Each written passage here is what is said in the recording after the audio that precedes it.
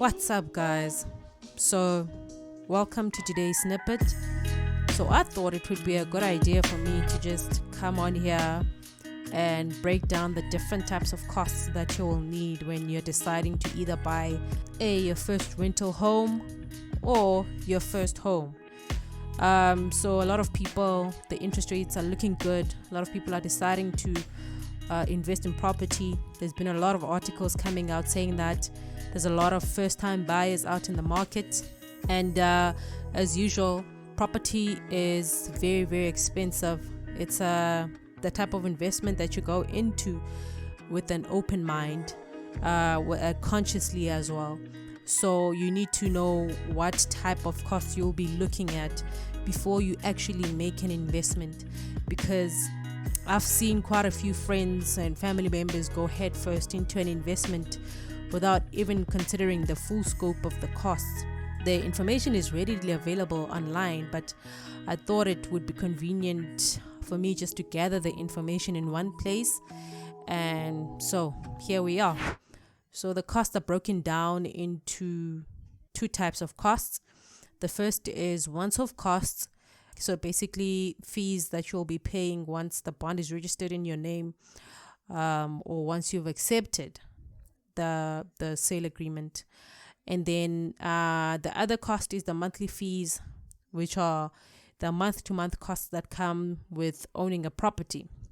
So we'll just go into the once-off fees for now. So once-off fees consist of three different things. It's the actual purchase price, the transfer fees.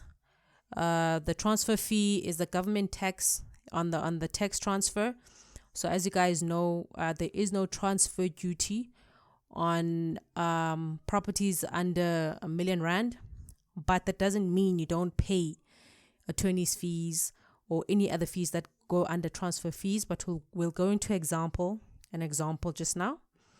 And then the other type of fee is registration fees, which is the fee to register your bond with the deeds office, as well as any other fees associated with registering a bond. This information is online. You'll be able to get the different brackets of the different fees, but just for convenience sake, let's work through an example. Let's say you are looking to buy a property with R1 million, right? And you get 100% bond of that. So the bank gives you R1 million to acquire the property. What you need to consider is the fact that the R1 million is not the only cost that you're liable to pay. As you can see here, your total cost will be R1 million plus an additional 49,979. Just to round it off, we'll just say an additional 50,000. So what is this 50,000 for? So half of that cost will go to total bond costs. So around about 22,000 is for bond registration costs. These are the fees for the services of registering your bond. So they go to the attorneys to get your bond registered over the title deed of the property. And then you'll also pay a fee that is published in the government gazette, and that's based on the bond amount as well. And you can see that's 1,283. And then you'll also pay miscellaneous costs that are incurred during the bond registration and transfer, including telephone, postage, courier, administration, and any bank charges. So that's the minor cost, which is 1.1. And that all comes up to 25,088 Rand. So that's one cost you need to consider.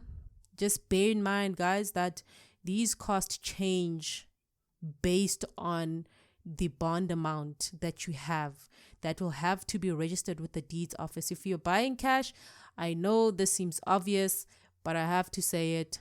There are no bond registration fees or any bond costs associated with your purchase. So you would need to totally ignore that cost item, and you would need to look more at your transfer duty tranche.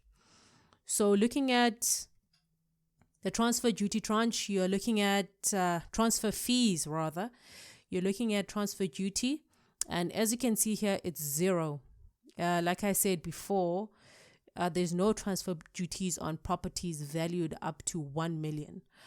And whatever the transfer duty is, you are going to have to pay that. That's one fee that's non-negotiable. It's the government's acquisition tax that you pay to transfer a property into your name. So it's basically government's money. And then the second item is property transfer costs. This is not the same as transfer duty.